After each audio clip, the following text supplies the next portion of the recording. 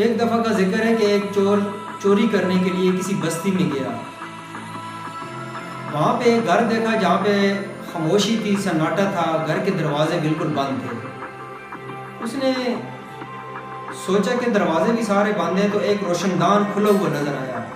اس نے سوچا کہ کیوں نہ میں یہاں سے چھلانگ لگا دوں، کیونکہ اس نے کسی سے سنا تھا کہ اگر کسی سوراخ سے سر گزر جاتا ہے تو وہاں سے آپ کا پورا جسم بھی گزر جائے گا.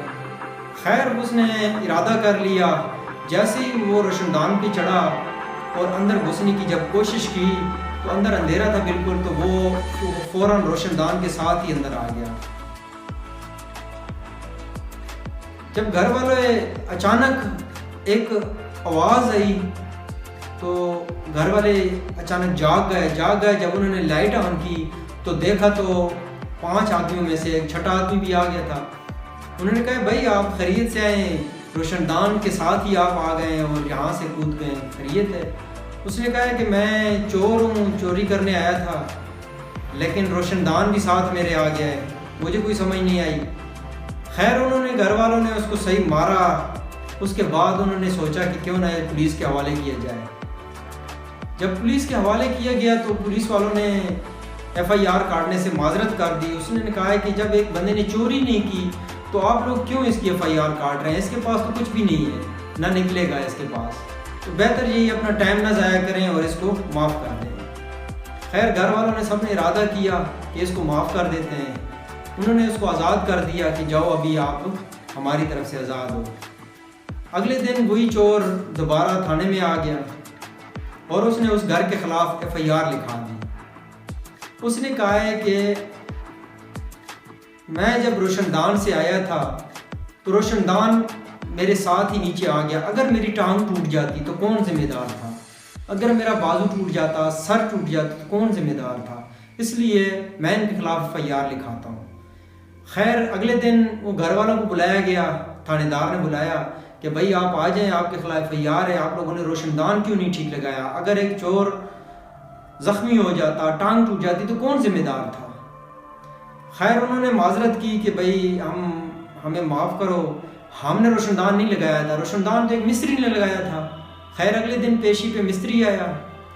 مستری سے پوچھا گیا کہ بھائی آپ نے روشن دان ٹھیک کیوں نہیں لگایا؟ آپ کو سیمنٹ ملی، بجری ملی، ریت ملی، مزدور ملے، کام کرنے کے لیے گینتی بیلچا بھی ملا، اس کے باوجود آپ نے صحیح طرح کیوں نہیں لگایا؟ آپ نے گارے کے ساتھ کیوں لگا دیا؟ ٹوٹل کیوں پورا کیا؟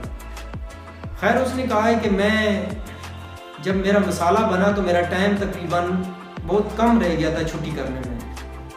وہ مسالہ جب ہم نے بنایا تو اچانک گلی میں سے ایک لیڈیز گزری، تو اس نے جو کپڑے پہنے ہوئے تھے وہ بہت زیادہ چمکیلے تھے، تو اس کی چمک جو تھی کپڑوں کی وہ میری آنکھوں میں لگی. تو آنکھوں میں جب لگی تو میری آنکھ قدرتی اس کی طرف ہو گئی. وہ جب تک گلی سے گزرتی نہیں گئی، اینڈ تک میں اس کو دیکھتا گیا اتنی دیر میں.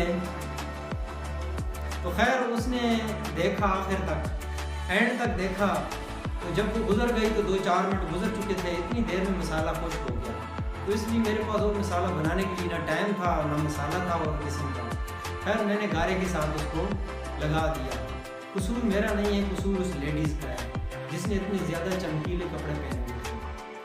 خیر اگلی پیشی پہ تھانے دار نے اس لیڈیز کو بلایا کہ وہ آ جائے، اتنی چمکیلے کیوں کپڑے پہنے ہوئے تھے، جس وجہ سے مستری کی آنکھیں اسی سائڈ پہ چلی گئیں اور وہ کام رک گیا، جس وجہ سے اس نے گارے کے ساتھ روشن دان لگا دیا اور وہ چور گرا روشن دان کے ساتھ ہی. تو اس لیے غلطی آپ کی ہے. اگر آپ چمکیلے کپڑے نہ پہنتی تو مستری نہ دیکھتا اور مسالہ خشک نہ ہوتا. اور یہ تو اس نے کہا میرا کوئی قصور نہیں ہے، قصور تو اس کا رنگ ساز کا ہے جس نے اتنے زیادہ اس کو رنگ دیا ہے کہ میرے کپڑے دور سے ہی چمکیلے نظر آتے ہیں، تو یہ رنگ ساز کا قصور ہے. خیر اگلی پیشی پہ رنگ ساز کو بلایا گیا کہ بھائی آپ آ جائیں، آپ کا قصور ہے، آپ نے زیادہ رنگ کیوں چڑھایا تھا؟ تو رنگ ساز وہی چور نکلا جو دن کو رنگ کرتا تھا اور رات کو چوریاں کرتا تھا. تو اس لیے برائے کرم آپ کسی کے لیے کھڈا نہ کھودیں ایسا نہ ہو بیچ میں آپ خود گر جائیں.